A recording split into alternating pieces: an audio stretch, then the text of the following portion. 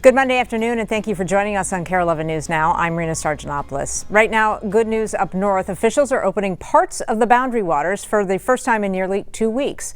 Authorities say some entry points in Cook County will be open for visitors far from where those fires are burning. But camping permits are still canceled, at least through Wednesday. And today we heard from Governor Tim Walz as the wildfire fight continues.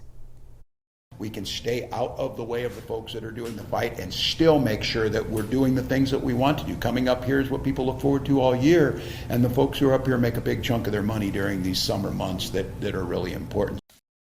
Fires have been burning for nearly 3 weeks, sparked from lightning strikes. Officials estimate nearly 70,000 acres have burned in the Boundary Waters. More than 1,300 fire personnel are still working to put out those fires.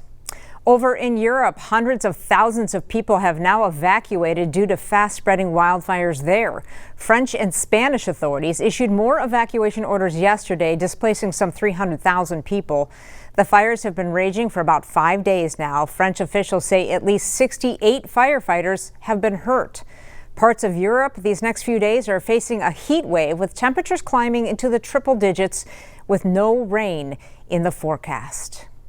Right now in Seattle, police are investigating a shooting where 3 people were killed and nearly 30 more were injured at a food festival last night. Reed Binion has the latest.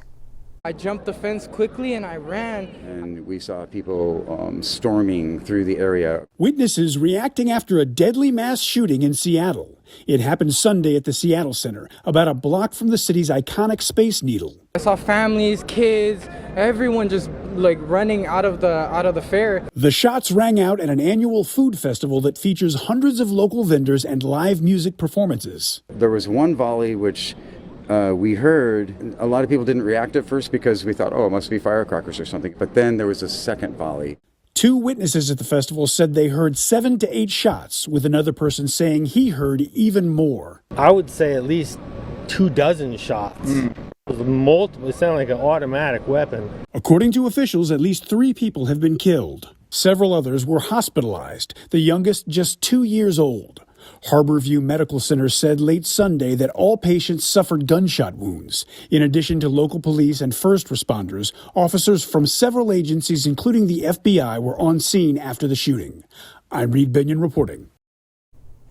This afternoon, Berlin's Pride celebration is turning into a growing memorial.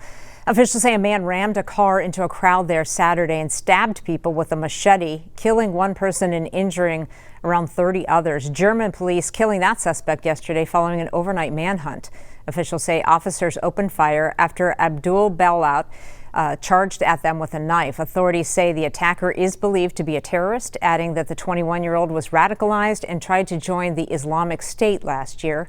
Berlin Pride is one of the largest and most famous LGBTQ celebrations in Europe. We are now on the second day of a pause in strikes between the United States and Iran. It comes after nearly 2 weeks of attacks. Officials say they're trying to weigh more diplomatic options. NBC's Richard Engel has the latest from Jerusalem. For the first time in weeks, diplomacy does seem to be making some headway to try and stop or at least slow down the U.S.-Iran war. The Iranian Foreign Ministry said this morning that it is exchanging indirect messages with the Trump administration, and a senior Trump official said that U.S. military attacks on Iran have been paused to create space for diplomacy. And for the 3rd straight night, there were no U.S. attacks on Iranian territory. There were no Iranian strikes on U.S. military bases in the region. So a positive development. But the situation in the Red Sea remains an open question and remains very dangerous with serious economic implications. The tit-for-tat war between Houthi militiamen based in Yemen, who are backed by Iran and Saudi Arabia, remains unresolved. And now a new front in the Caspian Sea also appears to be opening. Iran says that Ukraine fired on an Iranian commercial ship in the Caspian Sea, killing 1 Iranian sailor. Iran says that the attack will not be unanswered. And Iran is also blaming Israel, saying that Israel encouraged Ukraine to carry out this attack. Ukraine has been long critical of Iran for supplying drones to Russia, which Russia has been using to carry out attacks against Ukrainian cities. Richard Engel, NBC News, Jerusalem. Protests are continuing in Madison, Wisconsin this afternoon, nearly 1 week after a black man was shot and killed by police.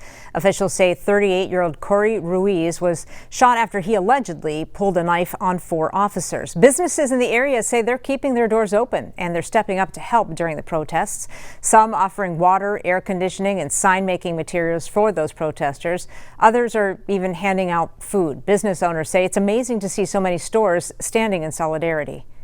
Is I think one of the most beautiful silver linings we have right now is the community and the way that they're coming together in this way. I mean, honestly, the priority was to be there for the community. Like, we're probably not going to make anything in sales, really, but that's not the priority.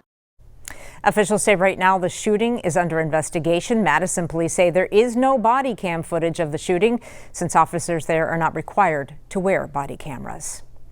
Today, the trial is underway against a man charged in a standoff at a Dollar General store in Montrose in April of 2024. 36-year-old Matthew Thomas Lyric is charged with 11 felony counts ranging from first-degree assault to use of deadly force against a police officer. Lyric was wanted on warrants in 3 counties when the deputies tracked him to the store.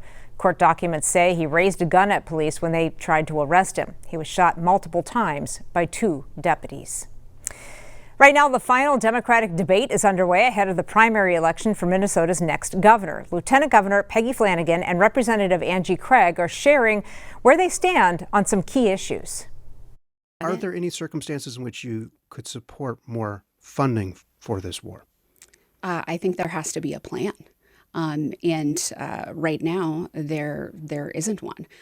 What we know about this war so far is that, they've spent $32 billion and costs for Americans keep going up. There's no circumstances I would support more funding for this war, Brian. Donald Trump got us into a war with absolutely no strategic plan whatsoever. We're watching this closely. We'll bring you the key moments tonight, both on air and streaming on the Kare 11 app. A heads up, if you've had Amazon Prime for a while, you might be able to get some money back. The deadline ends today for a settlement payout. The deal comes from a $2.5 billion lawsuit where the FTC found Amazon tricked some customers to sign up for Prime. Eligible customers can get up to $51. Those payments should go out by September. Now, if you want to file a claim or make sure you qualify, we do have more details for you. You can find it on our website, kare11.com. NASA astronaut Chris Williams and 2 Russian cosmonauts are back on Earth after a 241-day mission aboard the International Space Station. The 3 crew members undocked from the ISS around 2 o'clock yesterday morning and then landed in Kazakhstan about 3.5 hours later. It comes after the crew handed over leadership of the station to NASA flight engineer Jessica Meyer. She will lead the 7-member crew as they conduct microgravity research and prepare equipment for upcoming spacewalks. Pretty cool. And this afternoon, both jackpots for the Mega Millions and Powerball lotteries are climbing. The Mega Millions jackpot now at $800 million after nobody won Friday night's drawing. It is now the 10th biggest prize in the game's history. Powerball grand prize at $633 million after no one won Saturday night. The next Powerball drawing is tonight. The next Mega Millions drawing is tomorrow. Stick with us. More news and weather coming up after the break.